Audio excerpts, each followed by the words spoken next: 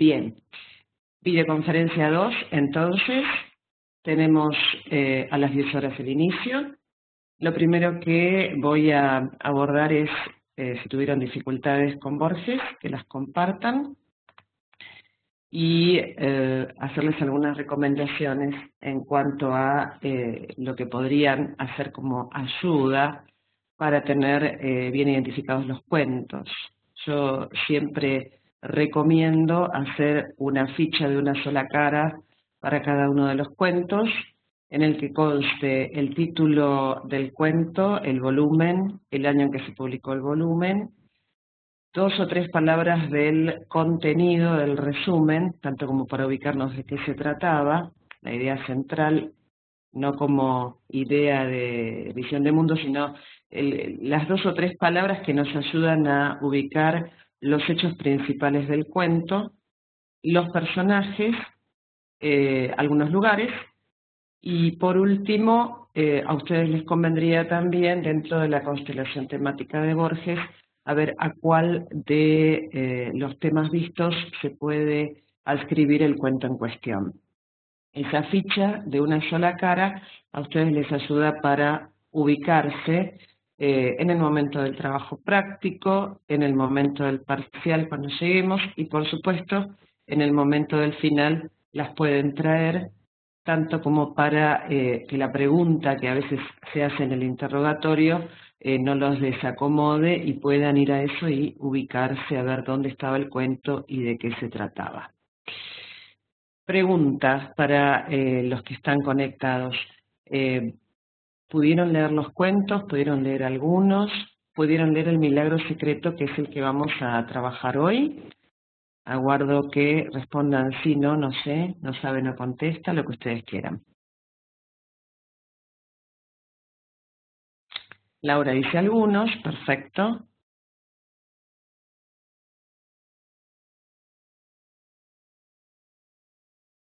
Natalia Bernick dice sí, muy bien. Nuestros 2 caballeros,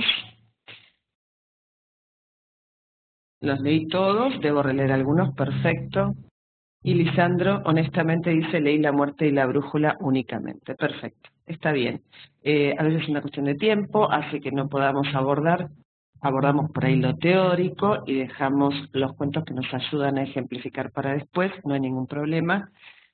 Para el momento del parcial, por ahí pueden terminar la lectura o relectura de los cuentos y por supuesto para el final ya tener las fichas. A medida que van haciendo esto de las fichas de poner el título, el volumen, después poner algunos personajes y poner la constelación temática, dentro de la constelación temática a cuál corresponde, eso ya les organiza el abordaje de los cuentos y el momento de la evaluación resulta un poco menos ingrato. Para los que van a hacer el trabajo práctico número 2, recuerden que la primera parte es sobre el prólogo y la segunda parte no es que tienen que resolver los 3 cuentos ni todas las consignas de los cuentos, sino elegir uno de los 3 que están recomendados ahí en el cuadernillo, La intrusa, el Evangelio según Marcos y Guayaquil, y elegir 4 preguntas, las que más les resulten fáciles o gratas para responder. ¿Está bien? ¿Alguna duda o pregunta que quieran compartir antes de que avance? ¿O alguna recomendación que quieren que les haga sobre el texto? Sobre los textos de Borges, ahí se sumó Alejandra. Muy bien. Bueno, ok. ¿Cuál es la idea? Bien. Laura dice, tengo que ponerme al día con los cuentos, no hay ningún problema. El estudio a distancia a veces posibilita que uno maneje sus tiempos adecuadamente. A veces no puede leer todo junto, va abordando lo que es el material teórico, espero que los apuntes los orienten y los guíen en la lectura del material. Es la idea de los apuntes, no suplantar la lectura del cuadernillo, pero sí guiarlos. Insisto con esto, que sería lo que yo relevaría si tuviéramos todas las semanas encuentros cara a cara. Así que es como una línea que les va a ayudar a ir mirando la bibliografía y organizarse internamente. Pueden leerlo primero, antes de que el cuadernillo, después, no hay problema, lean las dos cosas. Y por supuesto también completar con la lectura de los cuentos. La idea de esta videoconferencia es analizar el milagro secreto, compartir impresiones. Ahí les puse en la pantalla el objetivo, analizar el cuento desde la teoría literaria que se abordó en el cuadernillo y desde otras teorías, para ver en la práctica lo teórico y para ir guiando qué tipo de análisis se puede hacer con la novela. No estoy con la cámara, Laura. Te aviso, no estoy con la cámara, estoy un poquito despeinada. Sepan disculpar sábado a la mañana. Después pongo como para que me vean. Decía, analizamos el cuento desde la teoría literaria que se abordó en el cuadernillo, desde otras teorías, para ver en la práctica lo teórico, para ir guiando qué tipo de análisis se puede hacer con la novela. ¿A qué me refiero con esto último? La idea es ver cómo se encuadra un análisis literario. ¿Por qué? Porque después, en el momento en que se llega a la confección de la monografía, a veces pasa que se apela a un análisis intuitivo sin una fundamentación adecuada. Y ustedes ya van teniendo un montón de herramientas de teoría literaria como para aplicar a la novela que elijan en el momento de la monografía. Entonces la idea es, a partir de mi análisis de cómo lo voy haciendo, cómo ustedes también podrían hacer algo análogo en la novela elegida. ¿Está bien? Yo voy a poner en pantalla ahora, bien para los que se van sumando, Alejandra, Raquel, Silvina, bienvenidas. Voy a poner en pantalla, la primera pantalla la voy a sacar, era ver la estructura de la videoconferencia, a las 10 el inicio, a las 11 el cierre, y en el medio lo más importante, la aplicación del análisis literario a El milagro secreto. Ahora voy a poner en pantalla El milagro secreto, traté de ponerlo en letra más grande, es el texto, el cuento, y arriba les hice algunas anotaciones referidas a la coloración que tienen algunas marcaciones, verde informantes, celestes indicios, amarillos catálisis. Voy a ir apelando a esto a medida en que voy avanzando. Por ahí no se ve el comentario que está al costado, pero yo voy corriendo la pantalla cada tanto. No sé si ustedes pueden hacerlo. Bien. El milagro secreto. ¿Qué me interesa de El milagro secreto? Primero, el cuento forma parte de lo que es el volumen Ficciones, que se publicó en 1944. El cuento, importante, se abre con un epígrafe, acá lo tenemos en pantalla. Y me detengo un momentito para encuadrar teóricamente lo que voy a decir. Julia Kristeva, que es una lingüista francesa estructuralista, fue una de las primeras teóricas que habló de intertextualidad allá por 1967. Planteaba Kristeva que los textos siempre están en diálogo o en vinculación con otros textos. Después Genet, en la misma línea, Gerard Genet es otro teórico francés, amplía este concepto con lo que él llama transtextualidad.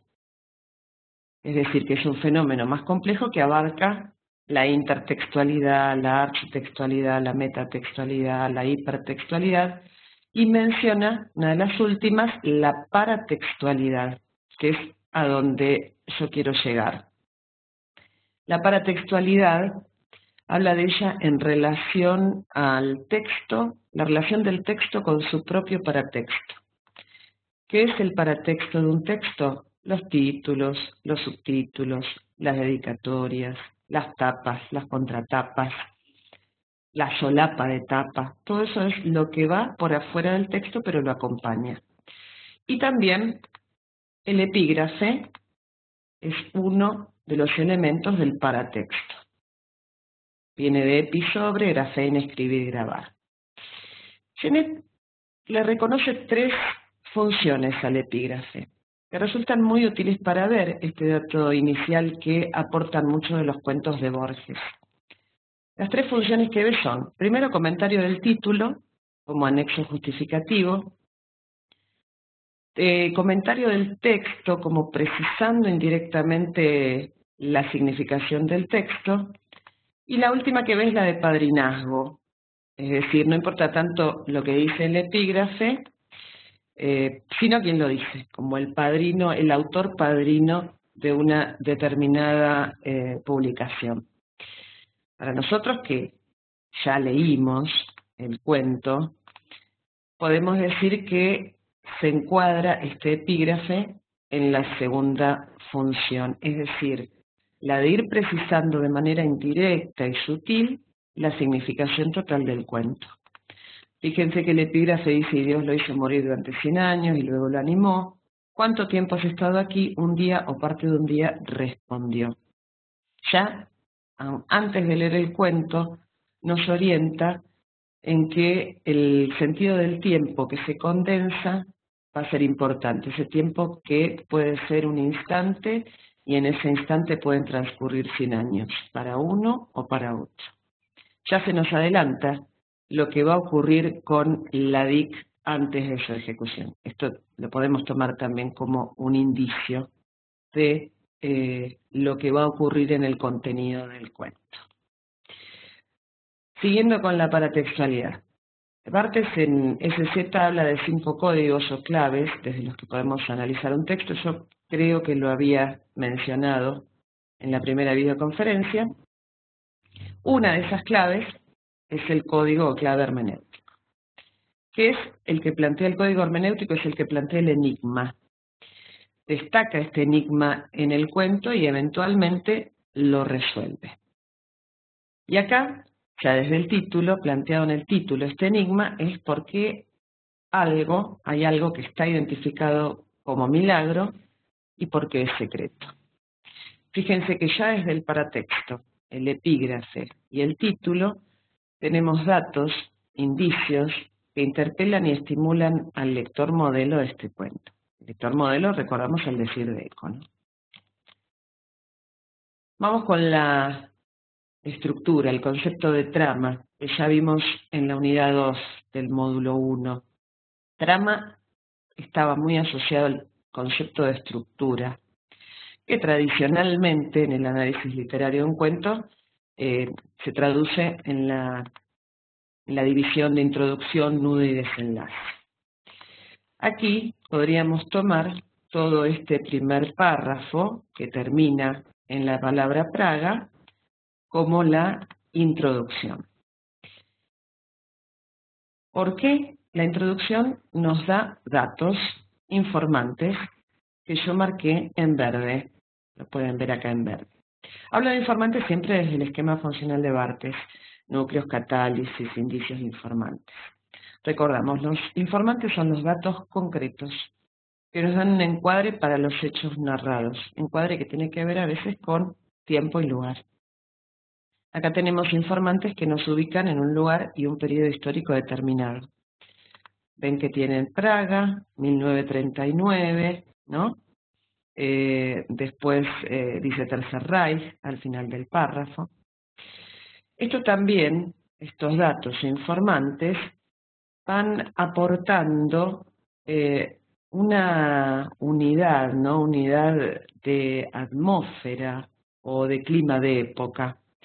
Recordamos que la unidad de atmósfera o unidad tonal era uno de estos tres tipos de unidades, las otras eran el efecto y el interés, que constituían la unidad de estructura de cualquier texto. La unidad de estructura era una de las características del cuento, brevedad, final sorpresivo, unidad de estructura. Lo que marqué en celeste son los indicios, teniendo en cuenta, siempre en el sentido bartesiano, estos datos simbólicos, el indicio como dato simbólico que un lector modelo puede decodificar. Fíjense que dentro de la poética borgiana estos indicios son sugestivos de un sentido, nos orientan en un sentido del cuento. Los sueños, que refuerzan la idea de sueño-muerte del epígrafe, y todos los indicios relacionados con el tiempo, el infinito, los relojes, la hora, lo impostergable, que tienen terribles relojes, ¿no? Esa hipálaje que le gusta tanto a Borges, traslada el adjetivo terrible que podría ser para el protagonista hacia el objeto que es los relojes. Todo esto puede pasar inadvertido para cualquier otro tipo de lector no entrenado, pero para nosotros, que estamos hincándole el diente desde el estudio literario, sabemos que ninguna secuencia, ninguna mención es inocente. En literatura, ahí están los signos, a disposición del lector modelo, es decir, el lector que sea capaz de decodificarlos. Sigo con la escritura. Antes que nada, pregunto, ¿se sigue escuchando? Bienvenidos a los que se fueron sumando. Buen día. Alguno deme feedback de si se está escuchando y si quieren hacer alguna pregunta. Perfecto, muy bien, ahí va. Escucha. Muy bien. Excelente. Ahí está. Muy bien. Bueno, sigo con la estructura. Segundo párrafo, que tenemos acá en la hoja, esperen que la cambio, en la hoja 2.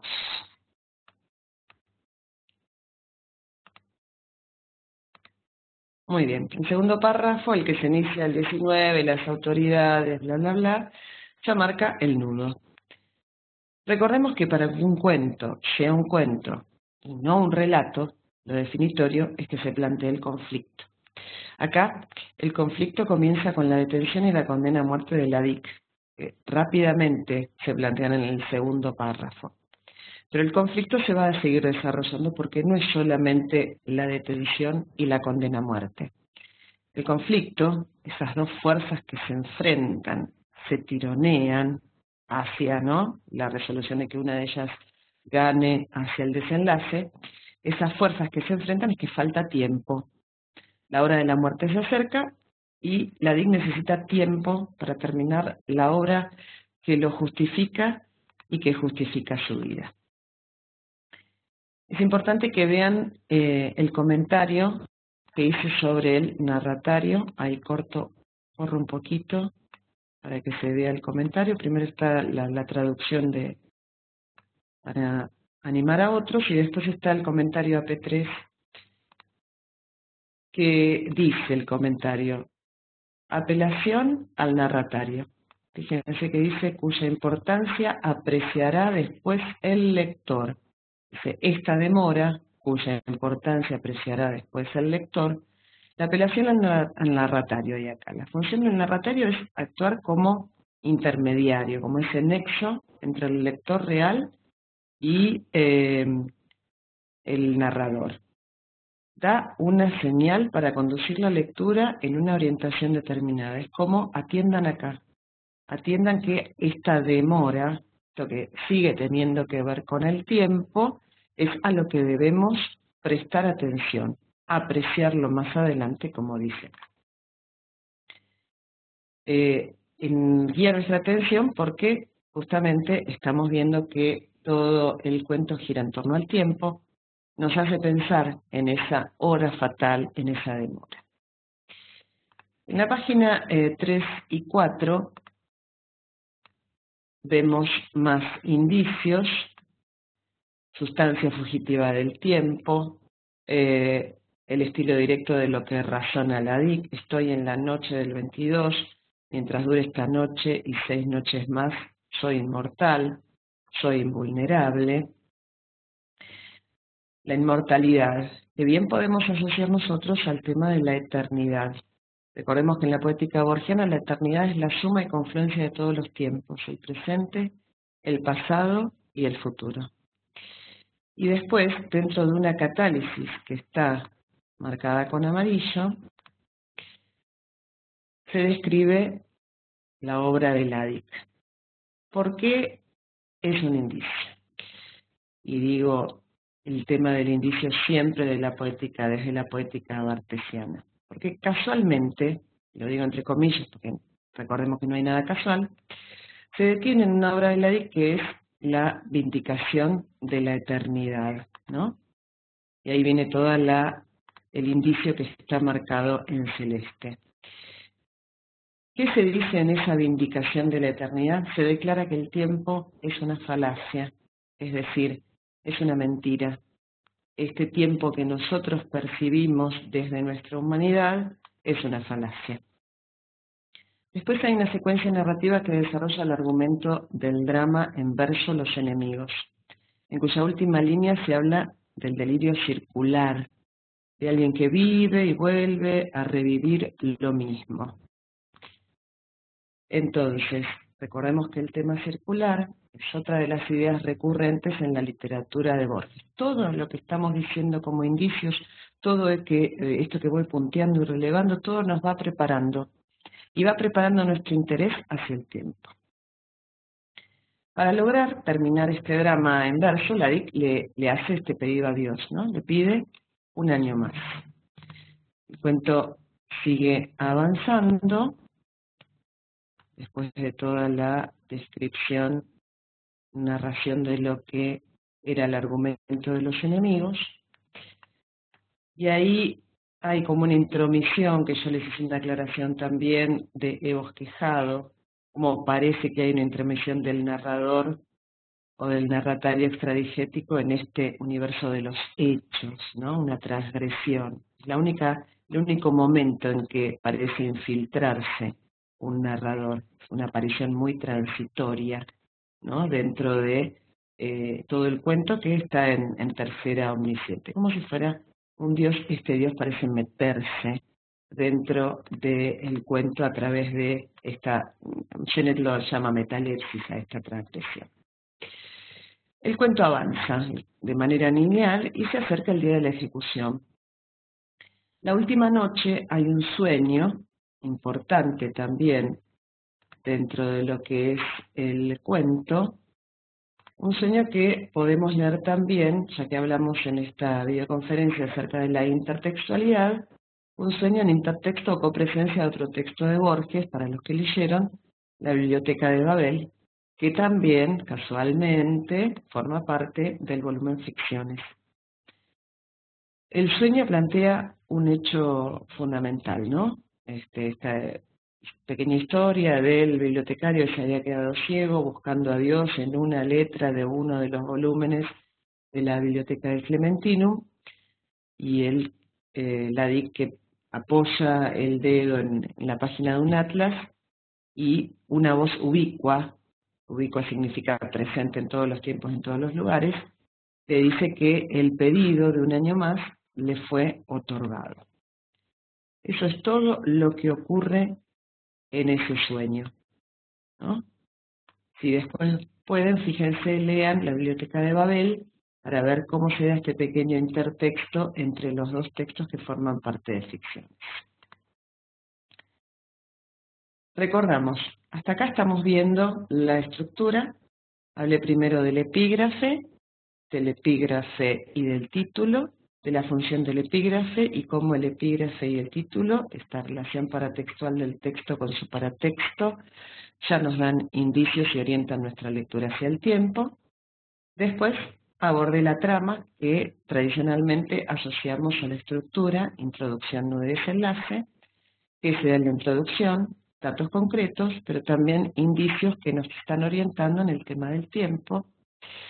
Y después, en el nudo, recordamos que para que el cuento sea cuento y no sea relato se debe plantear un conflicto. El conflicto no es solamente la detención y condena a muerte, sino que falta tiempo. Y entonces en el nudo se desarrolla este problema que tiene Ladik acerca de que necesita tiempo, de que hay una sola cosa que justifica y para la cual necesita tiempo para terminarla, el pedido que le hace a Dios y el otorgamiento a través del sueño de este pedido de Dios hacia él. Dentro del nudo también vemos que está un elemento que se llamaba clímax. Recordemos que lo podemos ubicar dentro del conflicto y antes del desenlace, ¿no? Después del planteamiento del conflicto y antes del desenlace. Y se define como el punto de mayor intensidad emocional, ¿no? Eso es importante. Acá vemos este clímax cuando llega el momento de la ejecución, se planta el piquete que debe fusilar a la DIC, y hay un párrafo de a ver si puedo mostrarlo acá que yo lo había coloreado, hay un párrafo de una sola línea, lo cual es llamativo en un cuento de Borges, en un texto de Borges, porque habrán visto que los párrafos son mucho más extensos. Este es una sola línea, como que cinde el texto y lo carga de profundidad y de atención, y que es el universo físico se detuvo, ¿no? Yo lo marqué ahí en fucsia en la mitad. Es decir, esta es la revelación de que el tiempo había sido otorgado. El tema es cómo. No lo entendemos nosotros y no lo entiende tampoco Ladik al principio, porque no entiende qué es lo que le ocurre, le cuesta entender que va a tener ese año para terminar su obra. Lentamente va comprendiendo, se duerme, pasan unas horas en ese estado casi de limbo, y mentalmente se pone a completar su obra, ¿no? No con lápiz y papel, sino mentalmente, pero la va a terminar. A partir de ese punto máximo de clímax del universo físico se detuvo, ¿no? Esta tensión final que hay acá, la tensión va a ir disminuyendo. Y antes de que decaiga el interés del todo, se termina el cuento. El desenlace es la confirmación terrible, ¿no? De que Ladik murió el día prefijado, a la hora prefijada, el tiempo cronológico había seguido su curso, volviendo al código hermenéutico que dice que se plantea un enigma y eventualmente se resuelve, se satisface ese enigma, la curiosidad del lector referida a este primer enigma, el del título, e incluso en la página 8 se explica ese título. Aquí lo pongo, dice un año entero había solicitado de Dios para terminar su labor, un año le otorgaba su omnipotencia, Dios operaba para él un milagro secreto. Ahí también se satisface nuestra curiosidad acerca del enigma, de por qué era un milagro, porque Dios en su omnipotencia le otorga ese año, y por qué es secreto, porque transcurre solamente en la mente, en el espíritu de Ladik, en ese tiempo psicológico que transcurre, en ese año que transcurre en su mente. Pero para los demás, el universo físico se detuvo, el cronológico. Ahora el psicológico siguió su curso. Muy bien, hasta acá ahora voy a continuar, pero hasta acá vimos el cuento desde la estructura y desde las funciones de Barthes. Ahora voy a aplicar otro contenido teórico, pero hasta acá quisiera saber si fueron escuchando, los que se fueron sumando, mientras me sirvo un mate, y que me digan si hay alguna duda con respecto a este milagro.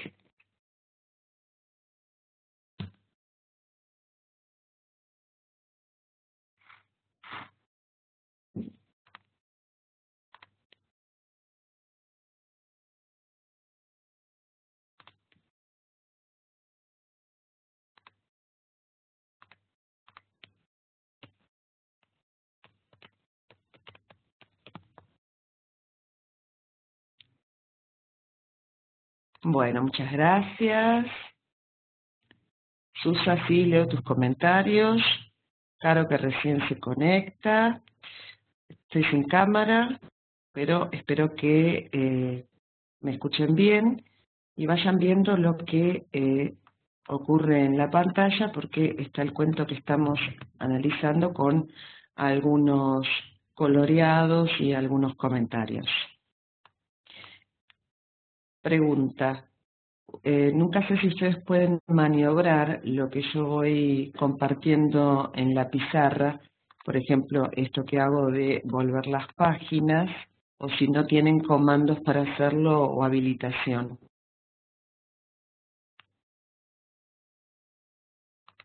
Eso me ayudaría que alguien me diga si funciona solamente desde mi habilitación de organizadora de la reunión o si alguno también puede. ¿Cuál sería el desenlace? Muy bien, a ver, acá estamos con las consultas. Andrea dice cuál sería el desenlace. Muy bien. El desenlace es la última parte, ahí voy. Ahí está lo que está marcado, ¿no? Como desenlace, ¿lo ves? Andrea, Jaromir murió el 29 de marzo a las 9:02 de la mañana. Lo anterior es ya el diminuendo del clímax. Y esto es lo terrible, lo perentorio, con lo que no podemos hacer nada, que es el tiempo cronológico que siguió puntualmente hacia las 9:02 de la mañana después de la ejecución. Claro que sí, Laura, todos lo pueden lograr. Además, son muy pocas herramientas teóricas las que estoy aplicando. Ah, ok, no pueden ustedes. Bueno, solamente desde mi comando, como yo voy mostrando las diferentes páginas del cuento y lo que vamos viendo. Muy bien. Ah, bien. Algunos pueden, otros no. Muy bien. Ok, bueno, vamos escuchando entonces.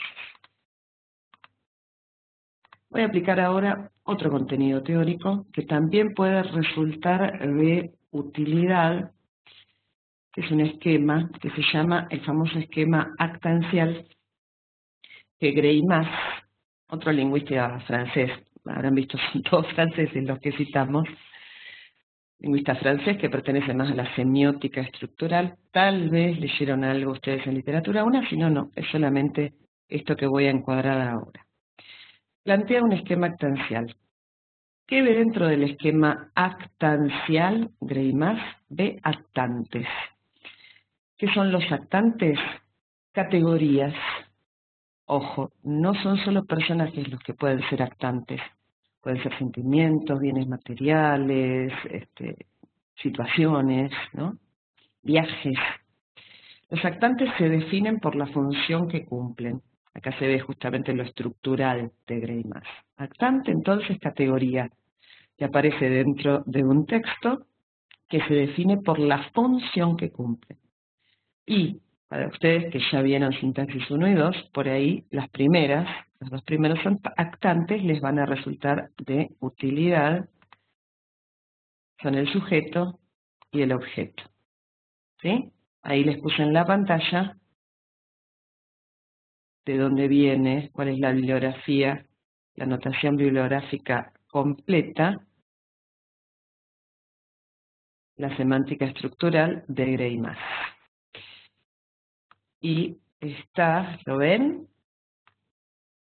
El esquema.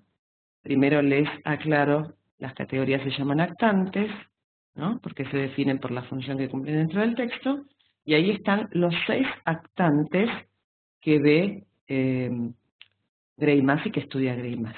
Los dos primeros y los más importantes son sujeto y objeto, ¿sí? Todo parte de la relación sujeto y objeto.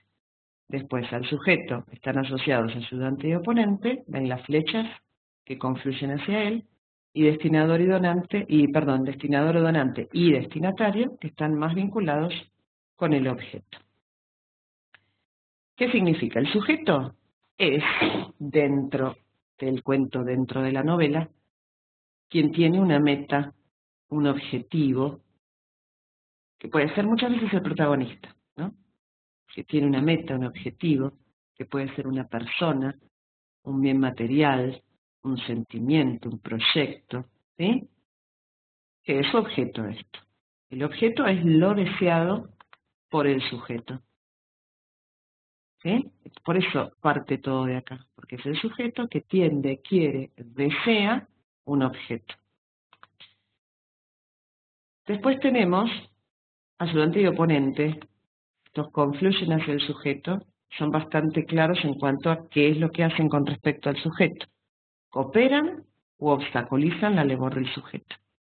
En un cuento, los ayudantes son unos y los oponentes son otros. En una novela, que siempre es más hacia afuera y se ramifica, a veces en algún sector uno puede aplicar el esquema actancial y el ayudante puede ser algo o alguien que después, cuando avanzamos en los sucesos, se transforma en oponente.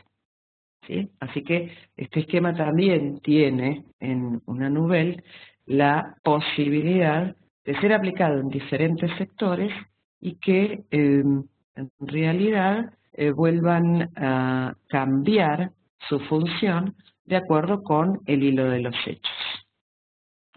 Después, el destinador o donante tenemos y el destinatario.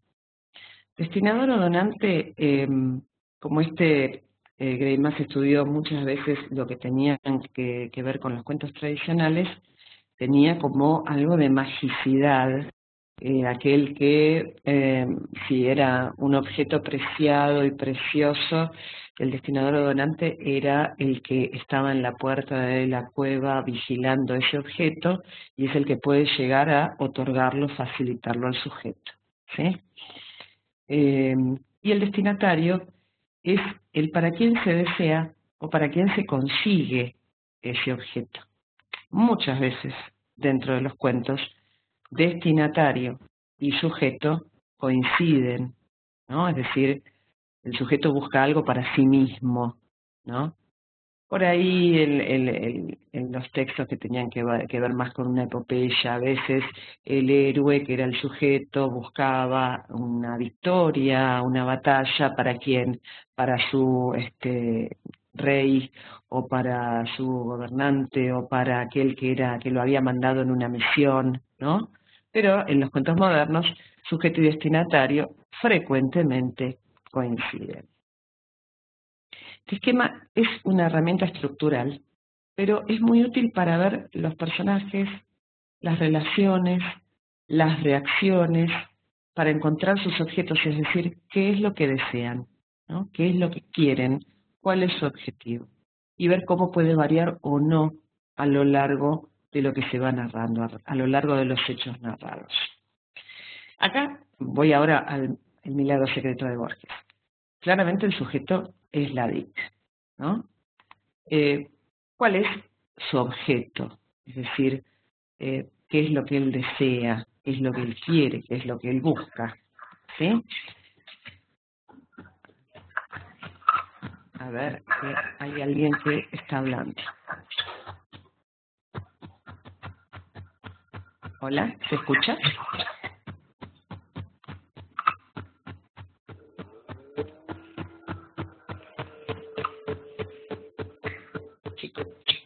Hay alguien que creo que está con el micrófono abierto. Traten de bajar un poquito. Eso, hay dos. Ya está. Ok. ¿Se escucha?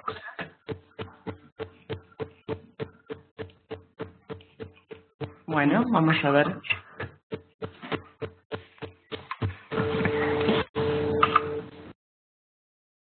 Ahí está. Creo que ahí está. Ahí está. Bien, bien. Perfecto. Perdón. Estas cosas suelen pasar con la tecnología. Muy bien. Retomo entonces. Estamos viendo el esquema actancial, estos 6 actantes que define Greimas, y ahora voy a ver cómo se da en el cuento El milagro secreto. Siempre entonces, para hacer cualquier análisis, primero partimos de algo teórico y después vemos cómo se da, y a partir de eso escribimos lo que nosotros argumentamos con el cuento o el texto en cuestión que tengamos. Acá Susana dice desea tiempo, así es, exactamente. El objeto es que necesita tiempo, es decir, no podemos pensar que es que no lo maten o que no lo ejecuten o escaparse de los nazis. El objeto es terminar su obra y para eso necesita tiempo. ¿Y por qué desea eso? Más fuertemente que escaparse de los nazis, que es algo imposible dentro de lo que marca el cuento. No es un superhéroe de acción que va a elaborar una estrategia de salida y se va a salvar. No es eso, ¿no? Él desea terminar su vida porque su texto porque era un escritor. Y esa obra, Los enemigos, justifica su vida. Fíjense que en alguna parte del cuento dice: a sus 40 años, su vida solo se reduce a lo literario, la vida de Ladik. Entonces, terminar su obra es justificar su ser, el de Ladik, y el de Dios, de su creador. Acá Susana dice: trascender como escritor, exactamente. Y ni siquiera para las generaciones futuras, ahora vamos a ver el destinatario, sino simplemente para justificar su vida y justificar su creador. Dice: me justifica y te justifica, le había dicho a Dios. Entonces, eso nos lleva al donante. ¿Quién es el donante? Ese actante que facilita, otorga el objeto al sujeto. Evidentemente, acá es Dios, ¿no?, que le otorga el tiempo, se lo facilita, el año suficiente para terminar la obra. Incluso decía de quién son los siglos y el tiempo. Había dicho al inicio de la página 6. El oponente es claramente las horas que pasan fatalmente, ¿no? El día de la ejecución que se acercaba y no lo dejan llegar a su objetivo. El ayudante. Fíjense que a veces hay una confusión entre ayudante y destinador o donante. Yo siempre aclaro que el destinador o donante está en relación con el objeto, ¿sí? Y el ayudante es lo que está más en relación con el sujeto. Acá Susa dice la naturaleza humana. Más que la naturaleza humana, sería su memoria, ¿no? Sí, que es parte de su naturaleza, ¿no? Esto de que la memoria a ir terminando y completando cada uno de los versos. Eso la memoria se lo facilita, aún, ¿no? La completa aún sin ese lápiz y papel. Y por último, el destinatario es el mismo, ¿no? El cuento dice concretamente que no lo hace para Dios, ni para la posteridad, porque esto no iba a ser publicado, no iba a quedar para que lo leyeran las generaciones futuras, no iba a tener esa posibilidad la DIC. Entonces lo hace para él mismo. ¿Por qué? Vuelvo al tema de que esa obra terminada por él habla de él, es su mejor obra. Fíjense que las anteriores no habían sido, él no las considera tan buenas como el drama Los enemigos. Es su mejor obra.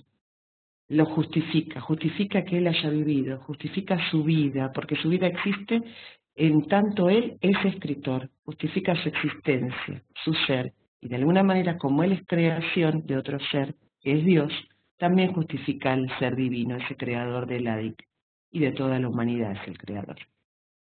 También podemos pensar que podemos ver que este hecho de terminar la obra es un hecho reparador o catártico para esta muerte inexorable y próxima que habíamos visto en el desenlace, como que es lo que ocurre fatalmente de todas maneras, ¿no? Bien, estamos hasta acá. Es importante entonces, vimos el esquema funcional y completé con el esquema actancial. Alguien decía después si pudieran tener los archivos, veo de prepararles algo, dice, si pudiéramos quedarnos físicamente con este análisis, no hay problema. Veo de escribir algo que puedan recibir todos. Por supuesto lo de Greimas y este pequeño cuadrito, se los envío, los subo, y también el milagro secreto, el cuento con las anotaciones y los breves coloreados también se los puedo subir.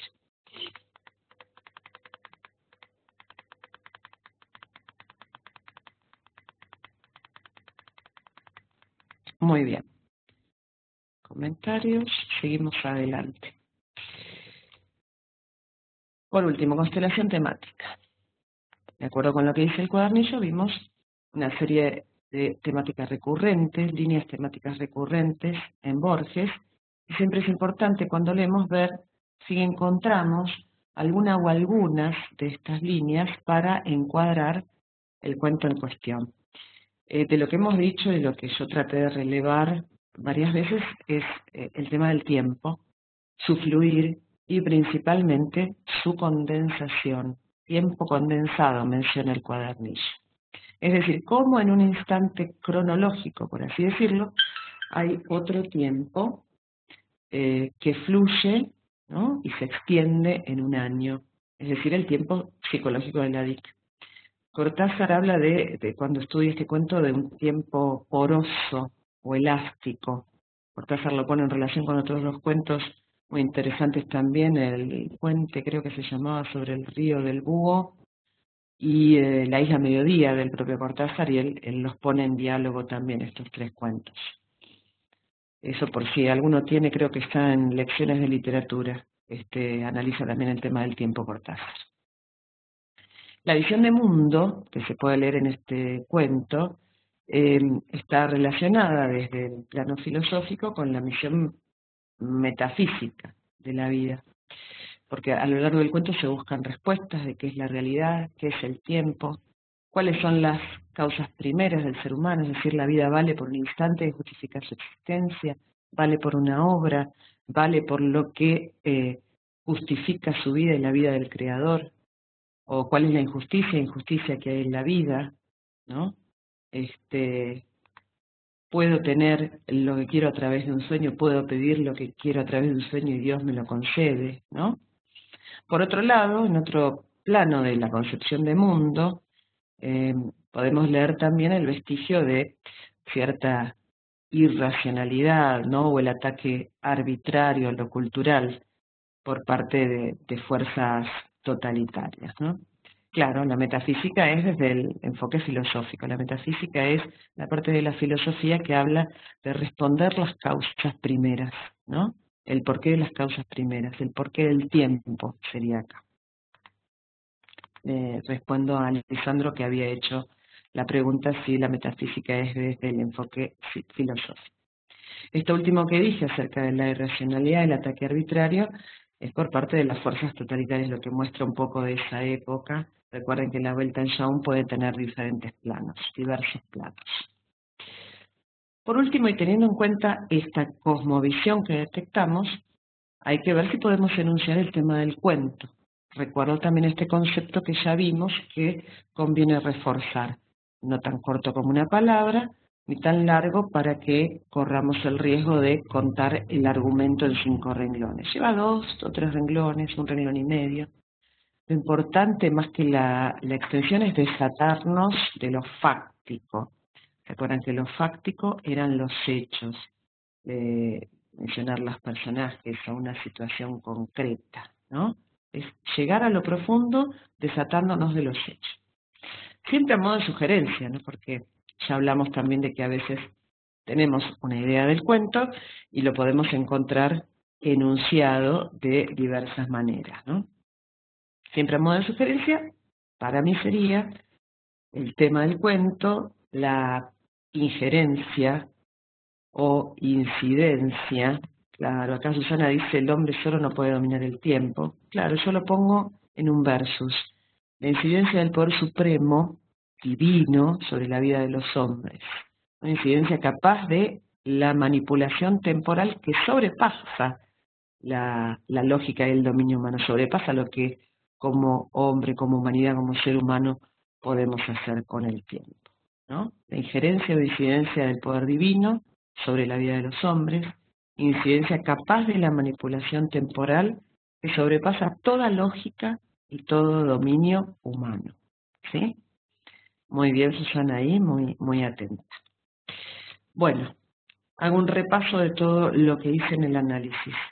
Primero partí acerca del epígrafe y la paratextualidad, el enigma planteado en el título y en el epígrafe. Después vimos la trama y qué indicios e informantes podíamos ir encontrando en la introducción, en el nudo. En el nudo vimos el clímax, ese párrafo de una sola línea, y la conclusión que vuelve al tiempo cronológico. Después de eso, que tenía que ver más con el esquema funcional de Barthes, pasé al esquema actancial de Greimas, con los 6 actantes, y cómo eso se puede aplicar a cualquier cuento o novel, para ver especialmente cuáles son los objetos, qué es a lo que aspira el sujeto, qué es lo que desea, y cómo ahí van entrando otras fuerzas, que son los actantes, estas categorías, ayudando, poniendo, dando, recibiendo ese objeto. Andrea pregunta, el tema lo enunciamos en forma general, desprendiéndonos del texto mismo. Así es el corazón, lo que tiene que ver con esa visión de mundo que planteábamos antes y lo que se desata de los hechos. Es lo más profundo que encontramos. ¿Sí? Muy bien. Después vimos también, otra de las cosas importantes es encuadrar el cuento dentro de la constelación temática que vimos con Borges y fundamentar por qué encontramos que este cuento está relacionado con uno de los temas vistos que fue el tiempo y la condensación del tiempo, el tiempo condensado, que menciona el cuadernillo.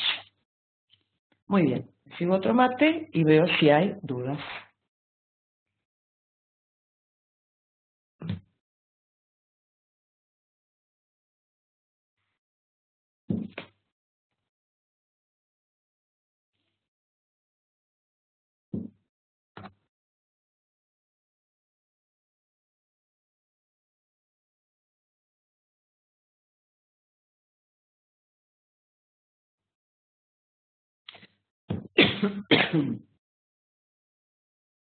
Bien, siempre hay, acá Alejandra pregunta, ¿cuál es la diferencia entre ayudante y donante o destinador? Más que nada es que el ayudante está mucho más relacionado con el sujeto y el destinador o donante está más relacionado con el objeto. ¿Por qué acá es Dios? Porque Dios es el que manipula el tiempo y el tiempo era lo que necesitaba este sujeto que era la DIC, ¿sí? No es el ayudante del sujeto, es el que le otorga el objeto. Lo hace más fácil, lo facilita, lo acerca, ¿sí? En cambio, el ayudante, en este caso, es la memoria de la DIC, la posibilidad que tiene de memorizar todos los versos e ir buscando los adjetivos, las palabras, los sustantivos que más le convinieran para su verso, ¿sí? Entonces la memoria está más relacionada con el sujeto, la DIC. El donante o destinador, que es Dios, está más relacionado con el objeto, que es el tiempo, porque Dios es el que puede, dentro de los límites de este cuento, es lo que plantea este cuento, manipular el tiempo. ¿Está? ¿Dale? La obra quedó terminada, ¿sí? Para la DIC. Para el resto de la humanidad, sí, quedó inconclusa. Tal vez eso es lo triste.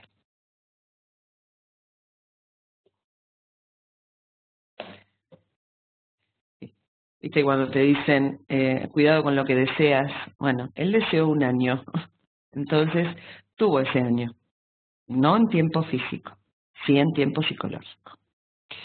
A ver, acá dice,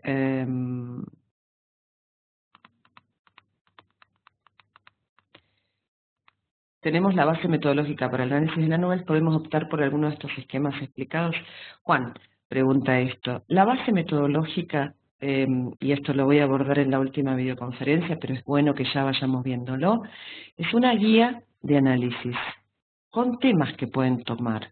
Ahora bien, lo importante es que cada uno de esos temas, o uno o dos, lo tomen desde alguna bibliografía que les ayude rigurosamente a plantear por qué están diciendo ustedes la afirmación que elijan para desarrollar la novela. Es decir, por ejemplo, si una de los temas planteados en la base metodológica dice, no sé, la importancia de el amor en la vida de los personajes, digo cualquier tema, ¿no?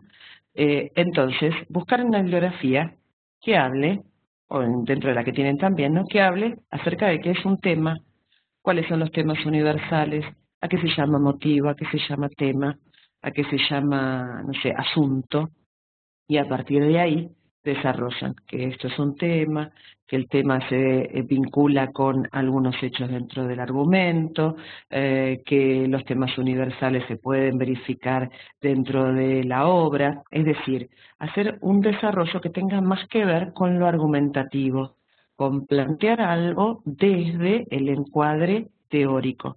Por eso era esta idea mía de hacerles dentro de el análisis del cuento algún abordaje también desde lo teórico, cosa de que ustedes ya fueran viendo maneras de ir encuadrando teóricamente un análisis. hacer un análisis intuitivo a veces carece de cierto rigor.